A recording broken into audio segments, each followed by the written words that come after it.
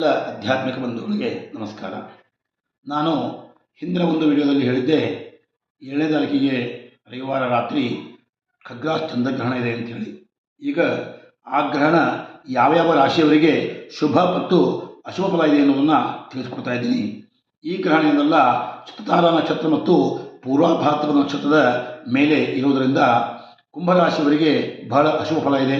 ಅದೇ ರೀತಿಯಾಗಿ ಕುಂಭರಾಶಿಯ ಜೊತೆಗೆ ವೃಶ್ಚಿಕ ರಾಶಿ, ಕರ್ಕ ರಾಶಿ, ಮೀನರಾಶಿಯವರಿಗೆ ಅಶುಭ ಫಲ ಇದ್ದು, ಮಿಥುನ ರಾಶಿ, ಸಿಂಹರಾಶಿ, ತುಲಾ ರಾಶಿ, ಮಕರ ರಾಶಿಯವರಿಗೆ ಮಿಶ್ರ ಫಲ ಇದೆ.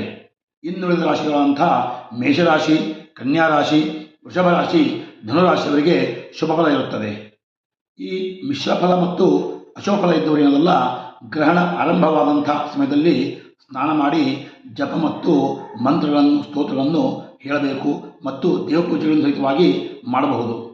ಗ್ರಹಣ ಮೋಕ್ಷವಾದ ನಂತರ ಮತ್ತೊಮ್ಮೆ ಸ್ನಾನ ಮಾಡಿ ಜನಿವಾರವನ್ನು ಬದಲಾಯಿಸಿ ಆಮೇಲೆ ಏನಲ್ಲ ಅಕ್ಕಿ ಹಾಗೂ ಉದ್ದು ಈ ಎರಡೂ ಧಾನ್ಯಗಳ ಜೊತೆಗೆ ಚಂದ್ರನ ಒಂದು ಪ್ರತಿಮೆಯನ್ನು, ಅಂದರೆ ಪಂಚಲೋಹತ್ತಾಗಲಿ ಅಥವಾ ಬೆಳ್ಳಿಯದ ಪ್ರತಿಮೆಯನ್ನಾಗಲಿ ಇಟ್ಟು ಅದನ್ನೇನಲ್ಲ ಬ್ರಾಹ್ಮಣರಿಗೆ ತಾಂಬೂಲ ದಕ್ಷಿಣ ಸಹಿತವಾಗಿ ದಾನವನ್ನು ಕೊಟ್ಟರೆ ಈ ಗ್ರಹಣದ ಒಂದು ಅಶುಭ ಫಲ ನಿವಾರಣೆಯಾಗುತ್ತದೆ. ಎಲ್ಲರೂ ಸಹಿತವಾಗಿ ಇದನ್ನು ಪಾಲಿಸಬೇಕೆಂದು ವಿನಂತಿ. ನಮಸ್ಕಾರ.